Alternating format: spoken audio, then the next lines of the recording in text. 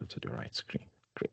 So good evening and maybe afternoon, morning, wherever you're joining from. And today we've got another, I call this session a session that no one in the community should miss. And we've got Vaibhav Gupta. He's going to be taking us through a tool that is authored and is going to show us how really people use AI pipelines and most of all what we see, but the people building real world applications in prod, how they are using them. And today I'm going to just let you know that as usual, I do intro, I get out of the way, the speaker takes charge, but you can always put your questions in the Q&A. Don't bother raising your hand or trying to signal any other way. Just put your questions in the Q&A and he's going to see them, he's going to address them as he's doing his session.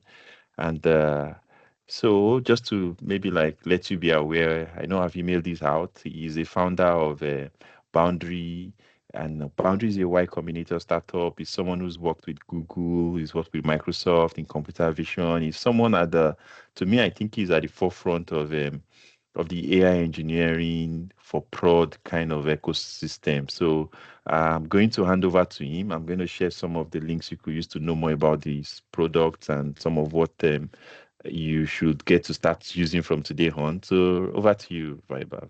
Thanks. All right. Thanks, man. So firstly, thank you, Michael, for having me here. Very nice of you. And to all of you that are around, thank you for joining in. I personally sometimes get tired of hearing my own voice. So if people have questions along the way, like I think the best way to talk about AI systems at all are always through interactivity. Really quick, Michael, I see that Q&A is disabled in preview, but chat is enabled. Should they use chat or Q&A? That is strange. Like, I'm gonna just type something and say hello, Okay. and in that is the only thing, the only avenue that works, and I'm hoping that it will pop up in Q&A because the If chat is it, actually disabled. Where do you see the yeah, hello I typed? if all that is if all that's not working, what I can say is like definitely just if we can get a hand raise or something else like that, Michael, then maybe we can make that work as well. There we go. We got a hand raise. Okay, I'll try. So we get a hand Okay, raise. Maybe we can have someone just hop in let's and just see if come I in and can allow Mike. So the person who raised his hand, Luke, right, and Jasprit. So perfect. do you are you able to check that you can say something? I try to give you allow Mike privilege. Perfect. So that's what we'll do. We'll try and keep this really interactive and make it worth everyone's time. We'll make it fun. I personally think a lot of technical talks don't show a lot of code. So the main thing we'll do is show some code because none of this stuff really matters if you can't see the final code. We don't want theory. We want real stuff that works. So just to give everyone a little brief background about who I am and like what kind of stuff we do over here, I always think the best thing to start off with is always just I personally hate slides. I love just showing directly what people do. That said, as it turns out, as I've sadly learned, slides do help a little bit. So I'm going to go through like 2 or 3 just to give a little background on myself. And there.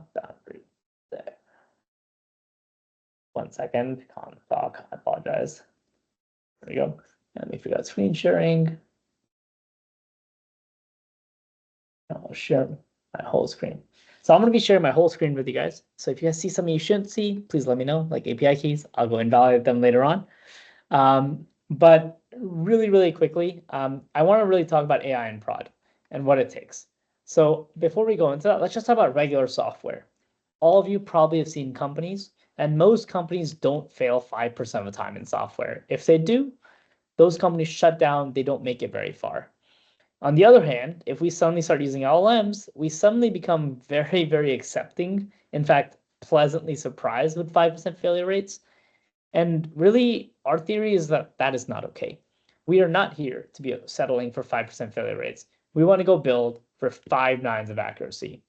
And the reason that this is suddenly really hard is because now you have to go and design systems in a way that you as an engineer, most people as engineers have never had to.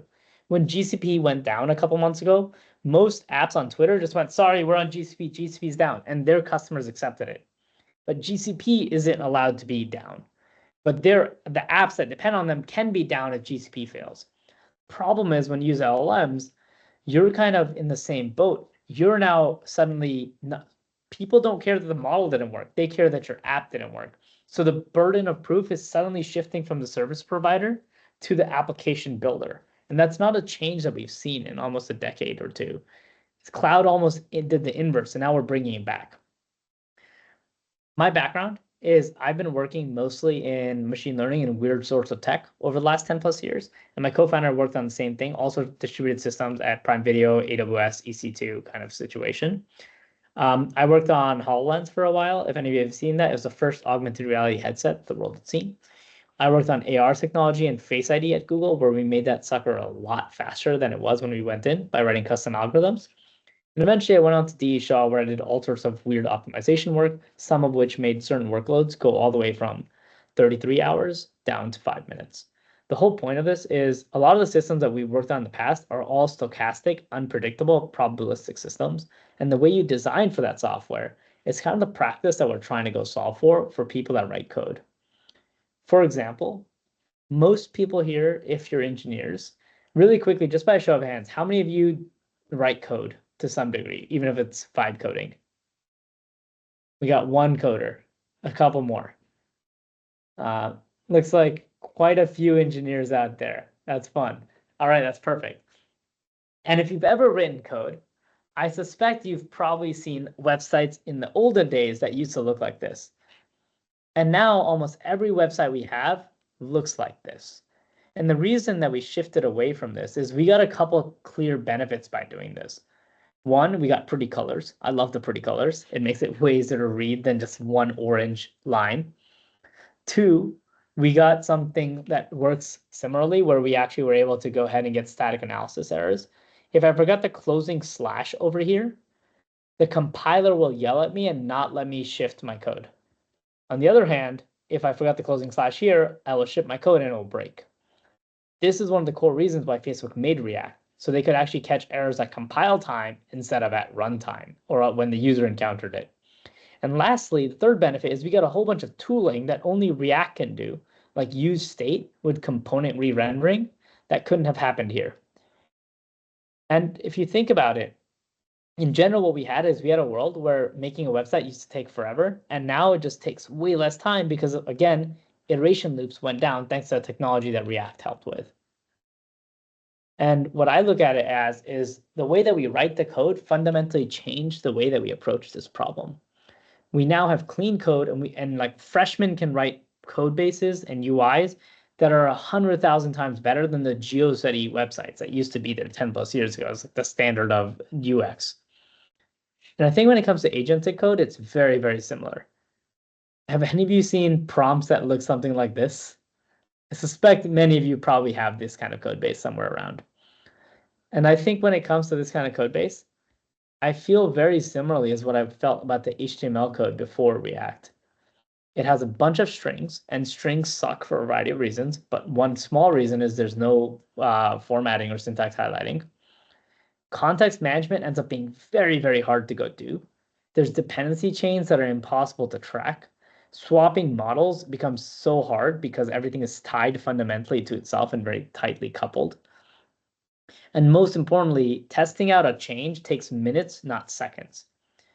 What that means is if it takes you 100 tries to find the perfect prompt for your problem, if it takes you 5 minutes, that's 500 minutes you have to spend to find the perfect prompt. You will literally give up before you find the right solution. On the other hand, if it takes you 5 seconds to find the right solution, that's 5 minutes or 500 seconds of work time. I guess that's like 10 minutes or something, less than 10 minutes to actually find the right solution. Iteration speed is huge to actually converging on the correct solutions. What I've defined this world as that we live in today is low engineering rigor. And what we really want when we use LLMs is we want something that's very expressive, allows us to take advantage of English, allows us to do all the magical stuff that AI does, because AI stuff is beautiful, but still brings us back into the structure of code, because the rest of my software still talks software, not LLMs.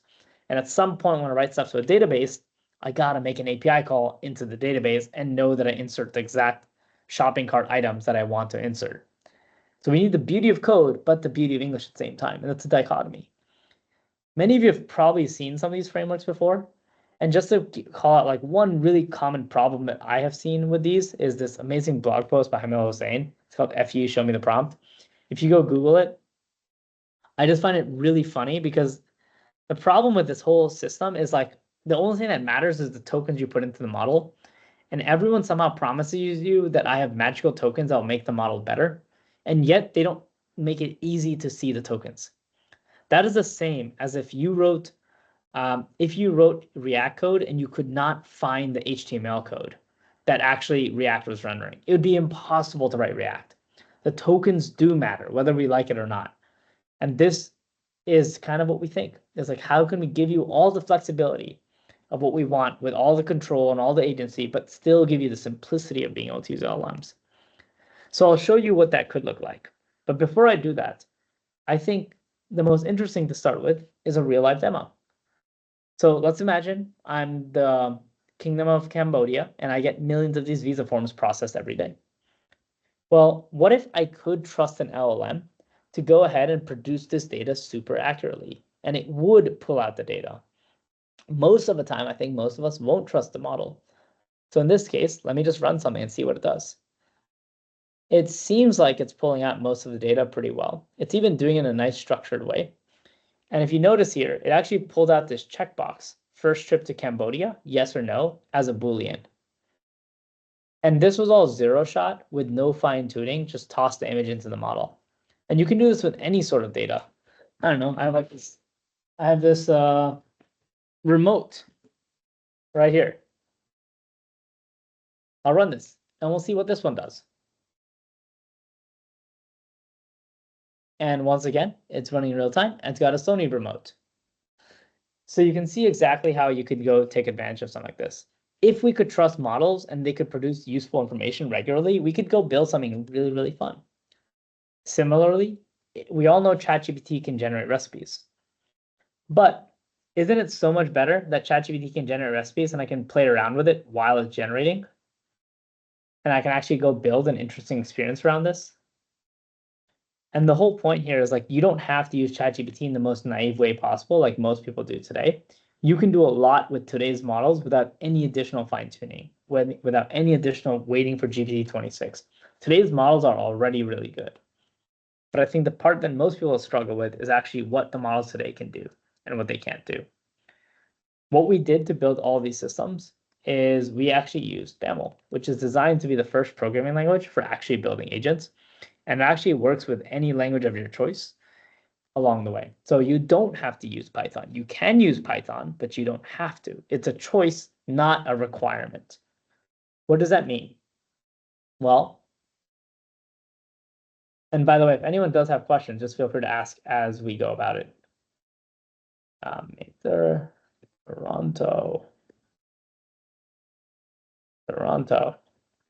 So let's just make a question right fast. uv init, uv add baml-py, and pydantic. Why not? uv run baml CLI init.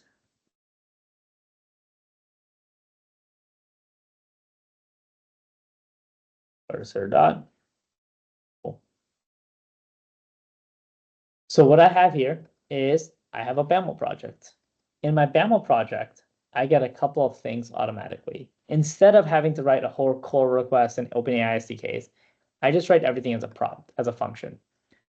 Functions have input parameters, functions have output parameters.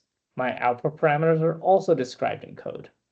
I define what model I want to go write, and then I write the prompt. And then I write some test cases. Yes, you should write test cases. They make your models a lot better. And then what we do is we actually give you tooling like this, BAML Playground, which actually shows you a live preview of exactly what the model is going to be seeing. This is the raw web request that this prompt produces. Now I might say, hey, I want to put this content in the role part. Let's just do that really quickly.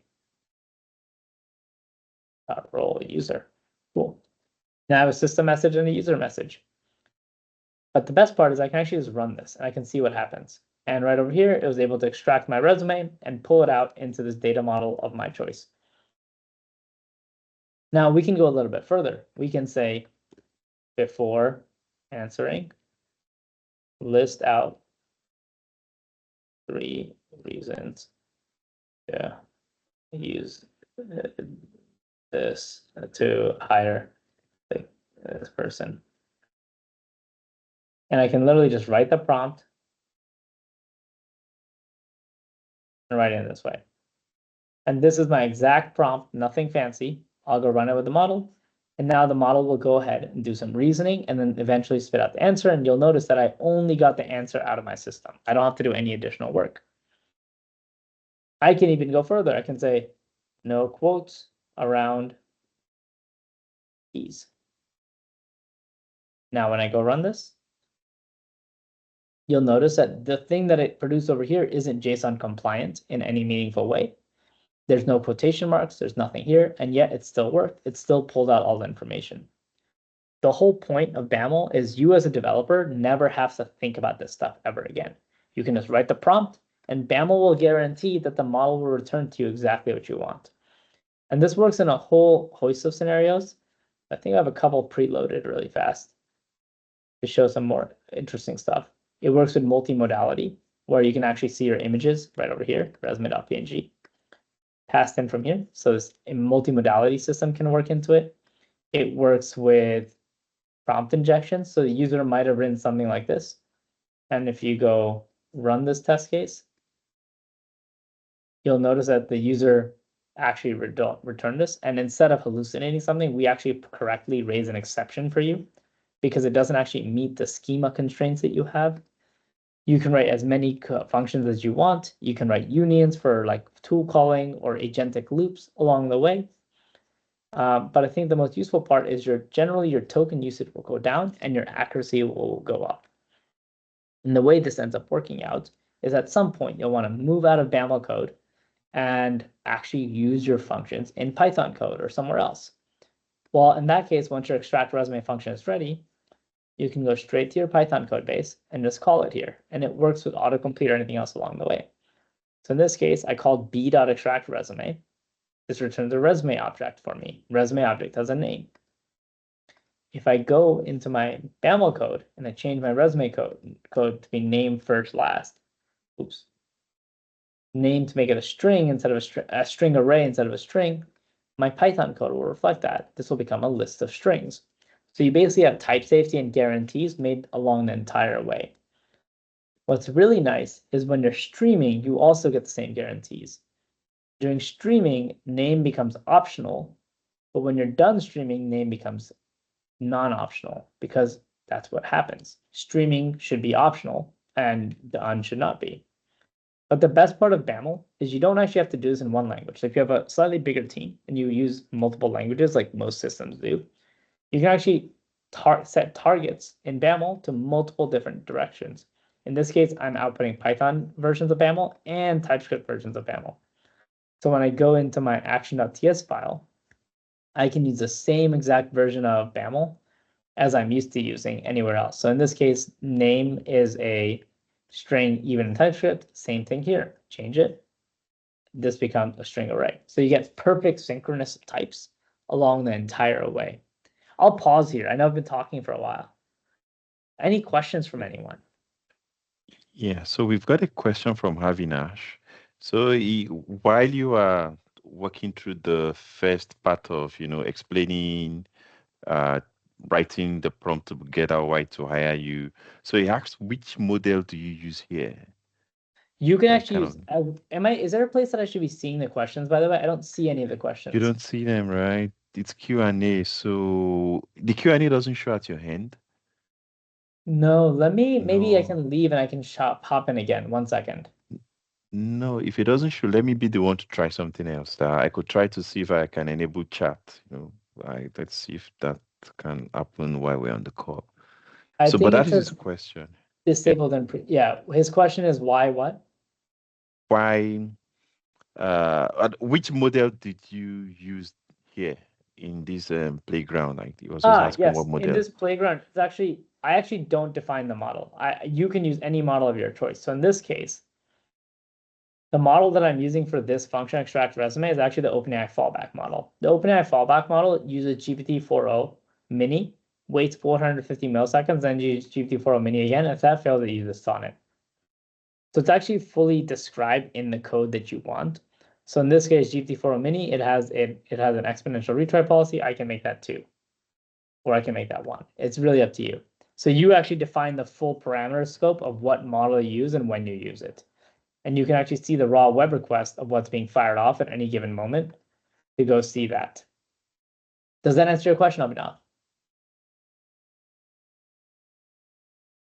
Yeah, he's All not right. going to be able to, but you can do a thumbs up if it does. And I have enabled chat. So since you are not able to see Q&A, please everybody use chat in that case. Do you see, Vaibhav, are you able to see what I just see put the in chat? enabled chat that you have over here. We can Okay, use great. chat So now. that Yeah, we I can use apologize, chat in that everyone. case. I didn't realize that questions were going off in Q&A. I just can't see No, them. no worries. That's Yeah. the major one. The other one, though, it's a house question. It's actually from me. It's so I know there have been different frameworks that try to make it also though, like you said, they abstract a lot away from you. But my question is, the being able to specify almost like in a pedantic way, because that's the way I kind of learn of how to do stuff like this in Python. But I know yours is way bigger. And the question is, what are those uncommon things that people who are familiar with pedantic and that more rudimentary way of doing things will find in yours? And I can give you a tip, like the one where, almost the equivalent of regex or to search, like the null binary you showed, the one that I took the something as null, as a Boolean. That's something that I'm sure that, it's unique, it's added functionality beyond just them trying to control how the output looks like. And like, if you're able to, I'm guessing maybe you touch on that later, but just trying to throw that in. I can show you why, like, I think you're asking, like, why not pedantic? Why do anything else?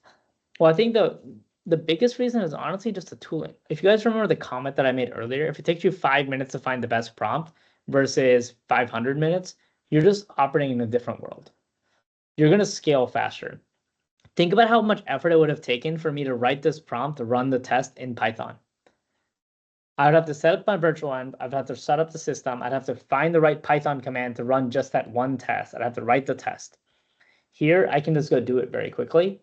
And instead of just running the test, I can just quickly get a vibe check of what the model does. I can also do this in CLI if I wanted. I can just run BAML CLI test. And then just like run this dash list. Sorry, UV run. And now it just can list all my tests and I can go run this.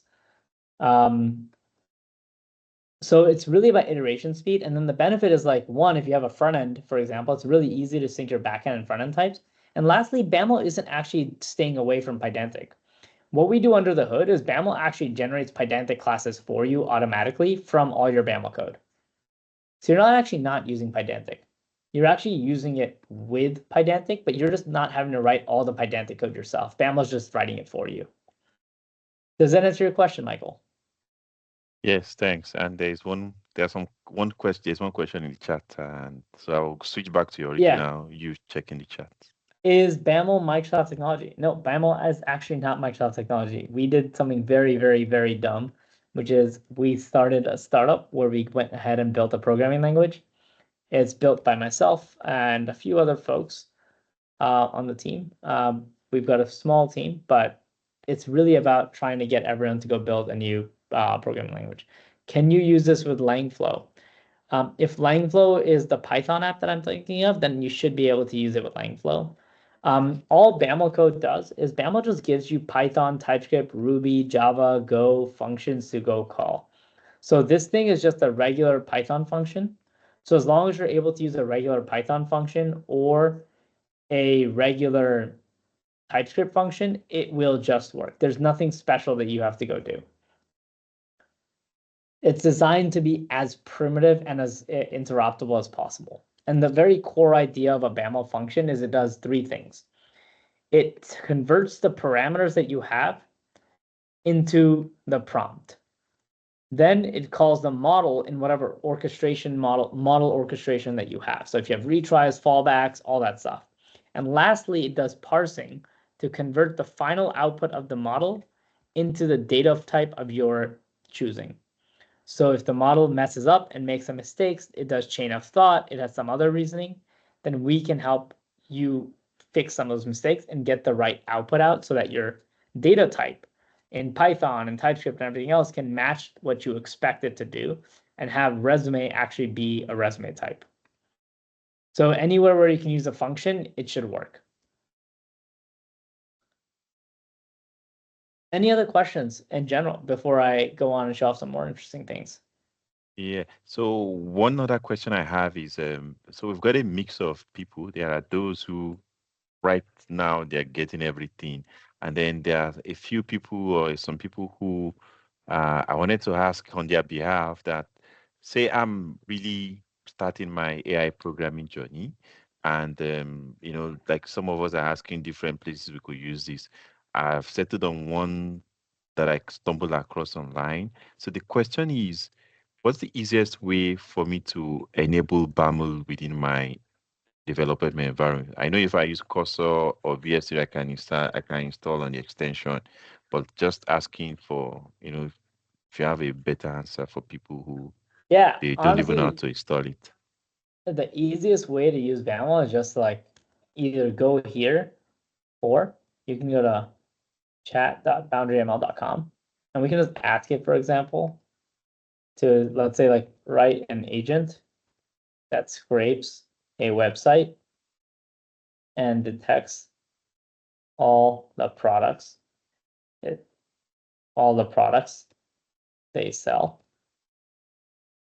Selenium. I don't know why not. And what this chatbot will do is it'll actually go ahead and both write the BAML code and it will actually also write the Python code that accompanies it until it's done. And it'll actually give you all that code plus test cases plus everything else. That way you can actually go see what it's doing under the hood. And then you can also see the actual Python code that you can go do. So if you have no idea at all what to do, this is probably the easiest way. This is chat.boundaryml.com. If you're already in your code base, honestly, if you just ask Cursor or any model to go do it, most models already understand and know BAML. You're going to say write an agent that can extract products from a site, an HTML page, BAML. I don't know, and it should. Let me git commit everything so that way you can see where I'm at, and you'll be able to see the diff very easily. And like Cursor will basically be able to go and do this right now. And I don't really think about it too much. It just figures it out along the way. So this is probably the easiest way. Use Cursor, use Claude Code, use any of the models out there that you're already familiar with using, and then or use chat.boundaryml.com. And that's the easiest way to get started today. Other questions?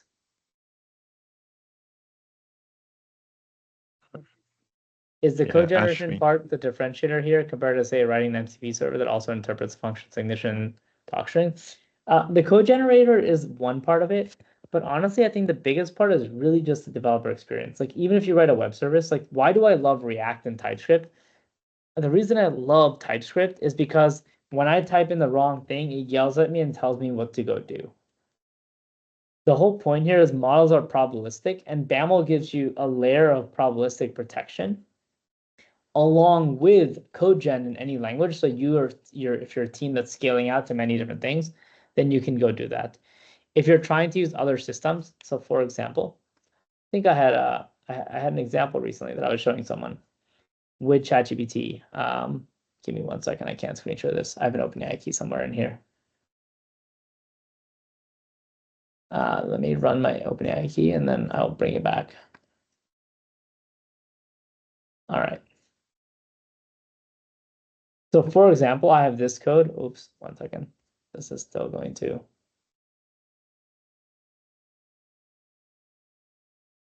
Okay, there we go. For example, I have this code over here. And I'm going to use OpenAI to go do this. In this case, what I have is I have a calendar event and I want OpenAI's GPT let's say GPT-4o, to go dump out this calendar event for me. But my user did something kind of dumb because I built a chatbot and the user can do anything they want, which is they said, give me a chocolate chip cookie recipe, which doesn't make sense in the form of a calendar event. But the sad part is, for the model, this will make sense, and the model will literally give you a calendar event. And there's nothing you can really do to prevent this. On the other hand, the same code in BAML, and this is, by the way, after I've already made everything here optional. The model could have opted out to not do anything, but it chose to still fill everything in. On the other hand, in BAML, when you have a calendar event, even though the model will output something and actually, oops, what did I say? What the model did is there's no event to go do this, which is an invalid event. What we are able to tell you is this is an error because you wanted a calendar event and the model didn't give you anything that was even close to a calendar event. So the real advantage here is really just a tooling, the iteration speed, and yes, the benefit of being able to use it in any language. So it's basically like a private SDK for your code. You've basically built an SDK for all the AI functions that you have, and we've given you type safety and everything around that. Does that answer the question, Ashwini?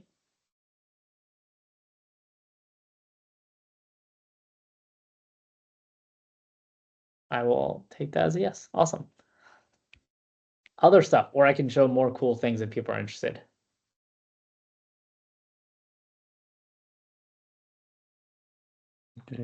Just one interesting question from my end is, are you able to share a few, some of your users that have told you, how they use BAML and the ones that you found like really amazing, like you are surprised, and are you able to share Yeah, some amazing I'm very ways? happy to share some of those. Let's see if I know there are some that I can talk about and some that I cannot. So let's see which ones I can talk about. So we have a bunch of users along the way. We have some government agencies that use us for a whole bunch of stuff. So if you're like I think there are literally 4 or 5 government agencies now that use us. We have giant companies like SAP, AMD, um, some other companies that I cannot name yet that use us for their main way of building a lot of agentic systems. We have startups, we have high schoolers that use us. It's really a little bit of everything, which I think has been really interesting and great to see. But I think a lot of the reason that people use it is because it's just clean code. And I think what they're able to do is we have people that have made cursor competitors in BAML, so you can build the whole thing out of BAML. We have people that have made, and they do it specifically for Xcode instead of arbitrarily anything. We have people that have made, I think when some large enterprises have shifted over to us, they have had AI costs drop by about 90% when they started using us. And the reason that the cost drops is actually really simple. Now, when they use BAML instead of OpenAI or something else, what they can do is they can get the same model that used to not work, the same problem and that used to not work, just works with a smaller model. So they're able to drop down to like, I have companies using 1B models in prod without fine tuning. And it's because the way that BAML represents the data ends up producing a lot better results. The flexibility that the model is able to have about not being required to be perfectly correct down here helps the model, helps build a little bit more like fuzz layer on what the model can and cannot do.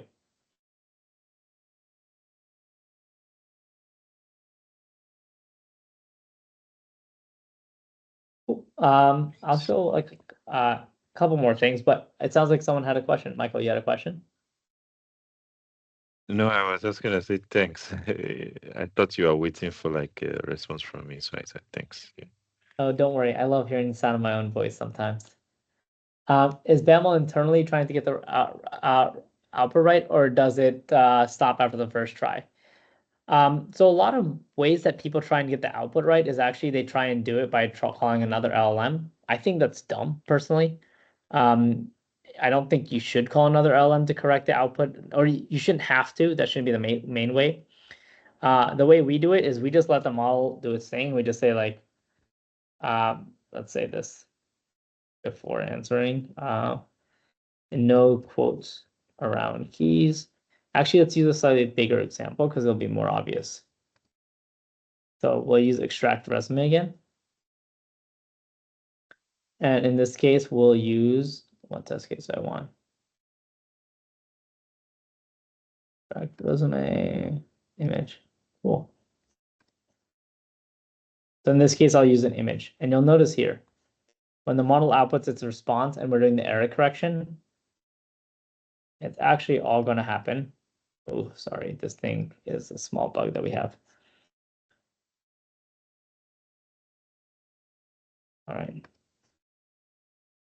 When the model outputs this, all of this is happening while streaming. So it doesn't actually matter what is happening. So this is happening fully in real time. So we don't have to go do anything else to make token consumption, to increase your token consumption at all. Does that answer your question, Ashwini? I think one of the best things that we designed for BAML is it runs totally locally with no internet dependency at all. So the only internet dependency is the model itself. So if you're calling a local model, it will never hit the internet. Everything is happening completely right there.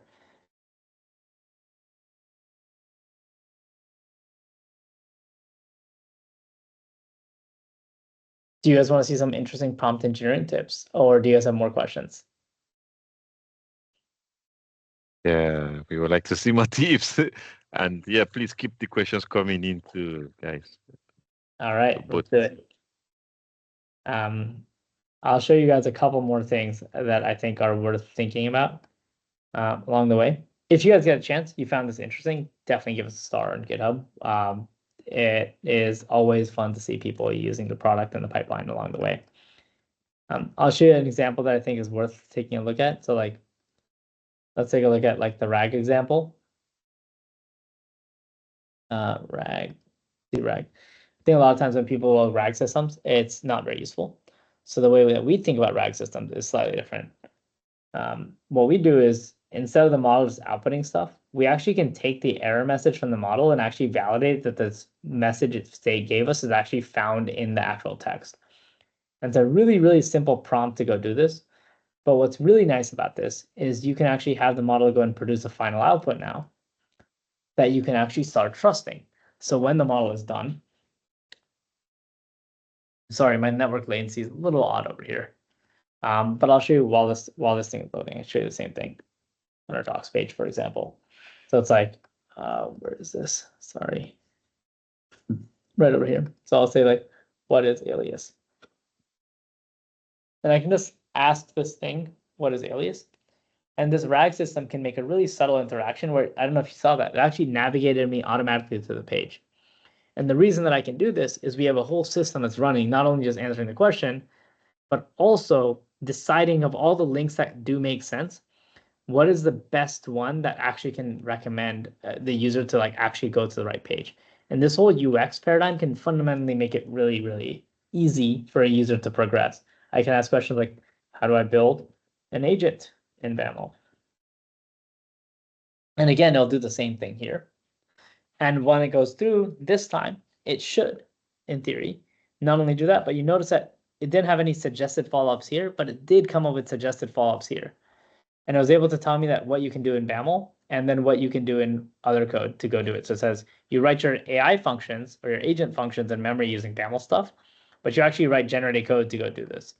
And if you want to see examples, you can see examples, or you can see, or you can just follow up and go do that. And the whole point is you can build really nice UXs and UIs once you actually break everything down into nice structured formats, and you can understand what it did. And right over here, not only did it navigate to the page, but it was like, oh, the page you probably want is tools and function calling. So now you can actually go ahead and follow this and go understand what's going on. And I think there's a lot of subtle things that people are missing out when they build agents that make their agents be 99.9999% good. And it's not just part of the work that BAML does, which is it helps increase the accuracy of every model across the board, but it's also along the lines of how you integrate it into the rest of your app. Just today, we had a really, really cool interaction. Discord. Oops. That I think is worth people understanding like how, what is showcase where this works. So many of you might have heard of DSPy. One of our advocates and users of BAML just did a thing into Pydantic to help people that are using Pydantic or DSPy get improvements in accuracy. And to show you the kind of improvements that people get with BAML, is when you actually use BAML, you immediately just get a bump on every single model across the board. Not a single model dips in performance. And this is an existing DSPy system, existing specs. And when you go further, you can also not just see that, but it actually shows you something even better. Discord, which is even purely with BAML, you're already starting off with a win without DSPy with JSON schema.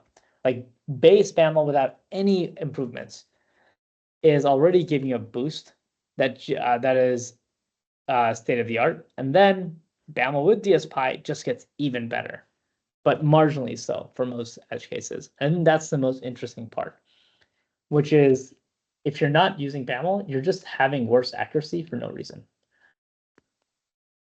And the whole reason that the accuracy ends up better is because the tooling is better and your iteration speed is faster, so you converge on faster prompts faster. And that's kind of the whole thesis behind what we did, which is kind of in this dimension. Give you a system that's complete air gapped, make it polyglot so anyone in your team can use it, make it open source, and then make it support every model out there. So you're never going to be restricted. And then most importantly, support every language out there. So the whole idea is I shouldn't be talking about one of those companies, but that's okay. It's more prompting and less engineering. So you end up in a world where you end up with reliable and maintainable code bases and not just slop that we have to live with forever. We've got a fun team that works on this from all over America, that we're all in Seattle though. And then if this was interesting, this is kind of like a small little link thing, but because we're all online, I can send you guys to the main website, which is boundaryml.com. This will have most of the links that we do.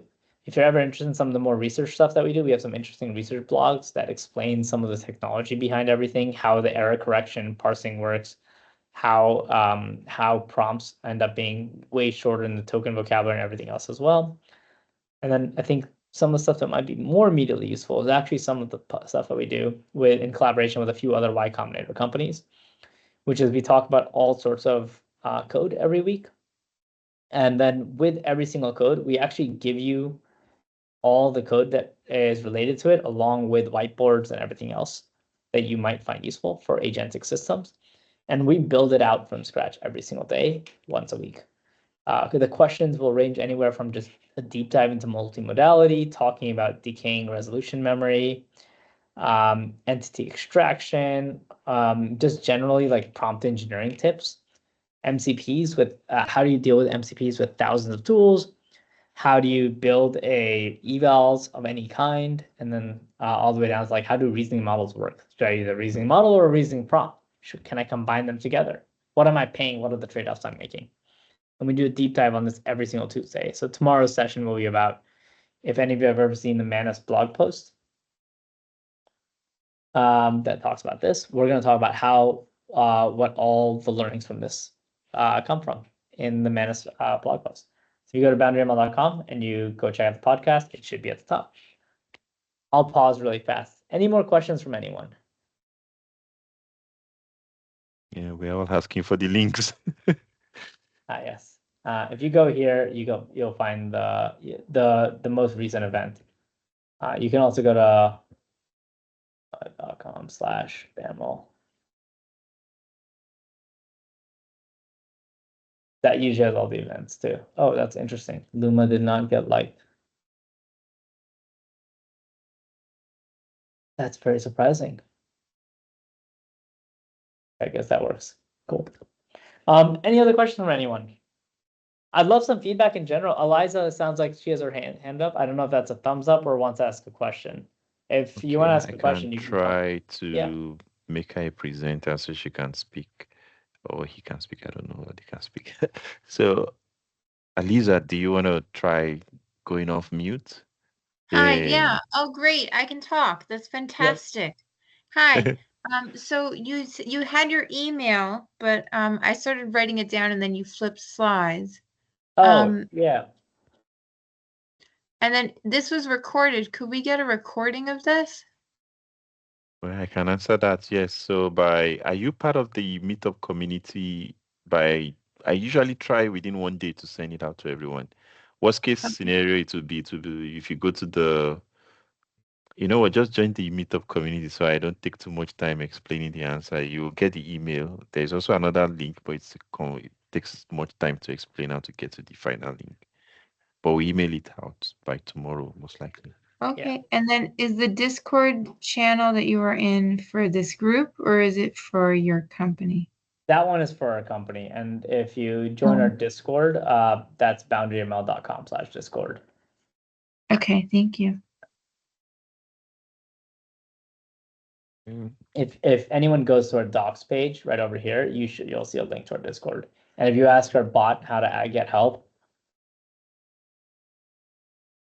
me, it will tell you to go to Discord if it can't help you.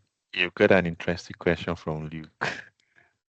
Yeah, Luke asked me, how do we make money?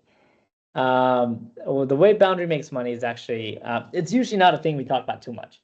Not because we don't make money, we actually do make money. But the reason for that is, let's see, I'll share with you guys why not. Window.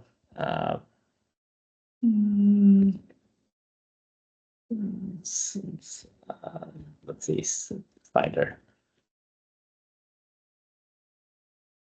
Where's my Finder? Okay. Boundary deck or something. I think I have this. Okay. The way we make money is very simple, which is at some point when you're building pipelines, you probably write some prompts, you maybe deal with rate limiting, but at least from my experience in machine learning, this is not all you end up doing. You end up doing all of these things at some point, and the way that you collect feedback, for example, is very different. When I collect feedback for this BAML chat thing, and I actually ask you a question like, what is alias? And I ask you this question, and whether or not this works or doesn't work, then what I end up wanting to do is I really want to give this thumbs up, thumbs down. How do I collect this feedback? How do I get it in a good way? Not just about the prompt, but the actual data model. That is hard. When I collect data about a resume object and the email is wrong, but every other field is correct, I want to label that very nuanced where, hey, in this scenario, the answer is wrong, but all these links are correct. How do I give that sort of feedback back to the system? We help you go do that. We help you with swapping models. The way that you do testing in CI/CD is very different for machine learning than it is for regular code. In regular code, all the tests pass. In machine learning, 85% of the tests pass. And that may be good, it may be bad. It depends on your use case. The point is, machine learning is basically what I call a curse that you bestow onto your organization.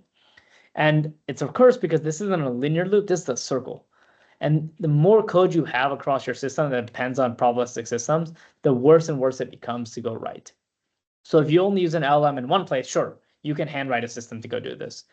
Yeah, but really, if you go do this everywhere, you end up needing to have really, really high complexity systems across your code base.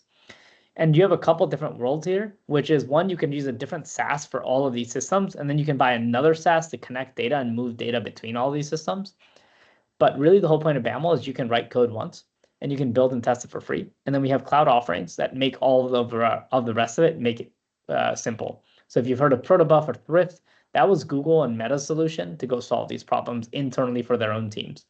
The whole point of BAML is you don't have to. We have built the global system that does that for everything. And we help move data between all these systems. And then we charge you for the back half. That is all cloud-based. So hopefully that answered your question, Luke. Wow. It's like, we've been seeing the tip of the iceberg, and you're like showing us like there's a whole lot underneath. I will say, I think when we first made BAML, a lot of people asked us, like, this is kind of insane that you're going to make a programming language. And I also thought it was a little insane. But surprisingly, we've had people that use it. I think this was like one of our earliest decks. Like, people loved it from the very beginning because it's just so much cleaner than all the F-string code that they ever write. It does run on any cloud. It runs on intranet. It runs on, like I said, there are government agencies that run it. So you can imagine the level of security constraints that they have. It runs anywhere. Can you build workflows visually like N8N? You cannot. BAML is a code first system. That said, I will show you guys a preview that I think is going to be really, really exciting.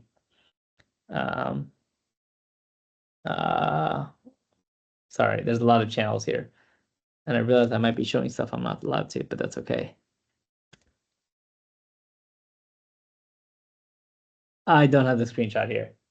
But I will eventually get it and I'll show it next time. But we have a visual builder coming in soon, so hopefully you'll get to see it. Oh, that is cool. Yeah. Can't You wait can to do a get lot lay when my you build hands a on them. language. But it's kind of like a next step since you've had that BAML AI chat too. It's like you're going that direction, but that is cool. Yeah. Wow. Someone has got another question for you. Oh, okay. Oh, the person was just commenting. Yeah. That's Yeah. You got the ultimate power. So there's always two questions we ask everyone. So I'm going to just club them into one so that you can answer them together. One is we would like to hear about your journey. I've heard a bit of it, but I don't think everybody here has been in your sessions before where you spoke about your journey. So if you're able to share about your own interesting journey to the founding of Yeah. BAML. Then the second one is, what's your advice to people who are in this AI space? Maybe they used to work in one other role, but then the company is forming an AI team and then in that team, and things you've seen errors that people can easily, avoid, that you want to share tips to them on. Yeah. I'll start with my journey and I'll come back to that tips question really fast that I recommend. Oh, Luma is down. I can't help with that. I will send you, if you join the Discord, sorry, I'm multitasking. If you join the Discord, I will post a link on there tomorrow around 10 a.m. It happens at 10 a.m. PST every day on Zoom. Okay, so the my person journey. can check again. The Luma worked for me. Oh, The link you okay, sent yeah. worked for me. Luma is just weird sometimes. So in terms of my journey, I think my founder journey started in 2021. It technically really started in 2014 when I first started. It was like 2 years after I learned how to code. I was in college and I first applied to YC. I actually got the YC interview while I was a sophomore in college. I didn't get in, but I did get a funding offer from another startup, from another VC, and I actually ended up turning it down to go work for one of the research groups at Microsoft instead. And then I kind of put away the startup journey for a while. And back in 2021, after I'd been working for a while, I ended up starting to do some stuff on the side. I applied to YC a few times. I did not get in. I didn't even get an interview. I applied again on a different idea I was working on. I got the interview, and it was devastating. 6 minutes into the interview for Y Combinator, and those of you that don't know, Y Combinator is a startup accelerator that funded companies like Reddit, Dropbox, DoorDash, Coinbase, GitLab, a whole bunch of other companies along the way. Airbnb, I think, is one of their big ones. A bunch of them. So we were very excited. And the YC interview is supposed to last 10 minutes. Literally, in 6 minutes, they said no. It was like emotionally devastating at that point. And at some point around then, we went through a whole bunch of other pivots. My co-founder went full-time. I quit eventually. I went full-time. Then we finally interviewed at YC again, and we got in at that time. And at that point, we had never still worked on AI, which is kind of surprising because I spent 10 plus years writing assembly code for a living. That was my whole job. Never did anything else. I was a senior staff kind of level engineer doing this. And then eventually we got into YC and we finally pivoted away. And then at some point we raised around. We were working on some stuff tangential to AI. We started making money pretty fast when we started working in AI, just given our background. I think it was just a better fit for us. And at some point we actually turned down multiple six-figure contracts to go pursue the AI world because we just felt in the world of BAML, because everything we ever tried, I don't know if how many of you remember LangChain, but that was what was big back then. And it just looks so ugly. The code just looks so ugly. And I hate ugly code. Like I hate it so much. It's so disgusting. And I think when you're going to write code should be fun to write. And AI is so freaking cool. These LLMs are magic. And it's so frustrating when I write this code and it feels like slop. I want to write beautiful code. And that was the inspiration for BAML. What is an AI pipeline that looks beautiful to read, write, and maintain? And how can we give people that simplicity so that we're not living in like MVC land and we can just use something like React? And that was inspiration. We started, it took a long time for BAML to really even start working. This was like last year, 2024. We had like 10 users, almost like a year in. We had just gotten 6 new users, and that's all we had. But at some point, it did start working, and our numbers have gone up. And I think the best way to decide what our adoption is really one, just check out the Discord, and you'll get a good feel for how many people are using it. I can't share exact numbers right now, but what I can share is just generally star history. It took a while for people to really start using it, but people seem to be using it more and more. If you search on BAML on the internet, there's conference talks about BAML that we have not given. There's a talk at DEF CON just last week about BAML. I think many customers that use us call it their secret weapon that helps them hit a level of reliability and secure enterprise contracts along the way. In terms of long-term support, we very much know the burden that people are doing when they're adopting a technology like BAML, and we respect it immensely as engineers. So we do our best to not have breaking changes. We ship updates every week. We have had, I think, 2 breaking changes in the lifetime of BAML, and in each of those scenarios, we did help the customers do the migration work. We've had 0 breaking changes in the last 9 months. Stability is an important pillar that we stand on. It has to be true. And then the other thing that we have is, to be honest, it's let's see if I can find this PNG. Like, our support is stupid. This is our response rate on Discord. We will respond to any question that you have at all times of day. This is across 24 hours, across thousands of messages. So like we will make sure that you are not struggling. We made a fucking programming language. The least we can do is help you write it. Like we don't want to get in the way. And we genuinely admire anyone and are grateful to anyone that is willing to even try it. It means a lot to us as engineers.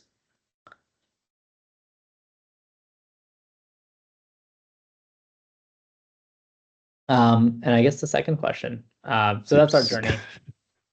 The second question, what is my advice for anyone writing AI stuff? Honestly, my advice for everyone writing AI stuff is like, stop talking about it, just go write it. You'll learn 1,000 times more by writing the code. Even the podcasts and stuff that we host, like the reason that we put the code out there is so you can run the code. That's why it has to exist. Most people will never, ever write the actual code. And that makes AI feel very, very far away. Just write the code. And I think you'll get there really fast. There's not that much information. I got into my job doing computer vision stuff with no background in computer vision when I was 21. And like you just learn over time. The more code you write, the faster you learn.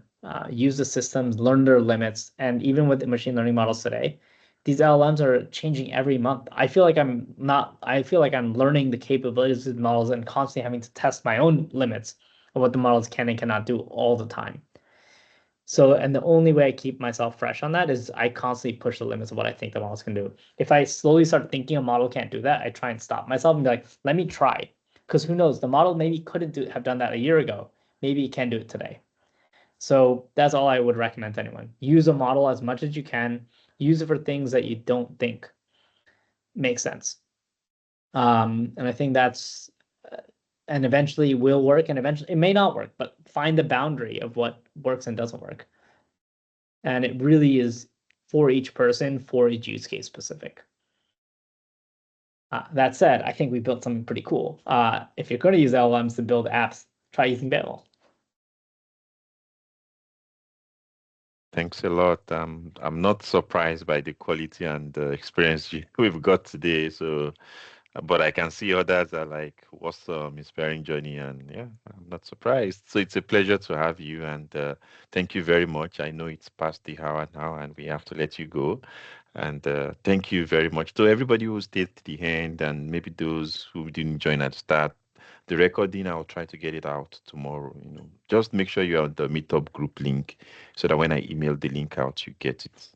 So thank you, everyone, and have a wonderful rest of the week. Thanks a lot, Vaibhav, for this very thank you for having me, Michael. It's session. really, really nice of you to reach out and have me come on. It means a lot. So like I said, we're just a bunch of devs writing a bunch of code. So it's really cool to see people asking questions and like engaging. It's just fun. I'm really lucky to have the team that we have. If there's a way you can see people from Canada using the tool, go track it, because I'm going to help blow this everywhere in Canada. Anyone within my network, I'll always share about BAML. Well, sadly, like I said, we're just engineers, so we're not really good at tracking users. We just kind of write code and we hope people use it. And so if you guys do use it, give us a shout out on, feel free to add me on LinkedIn, feel free to message on the Discord. And if you ever need help, definitely reach out. It will genuinely make BAML better for every single user. So it means a lot to us to go do that. Every bug you catch or every reason that you had for not using BAML is a thing that we can fix to make it better for the next person that tries it. And like, this is a community effort. Like BAML, half the stuff we've done has been because of the community and what we've learned from them.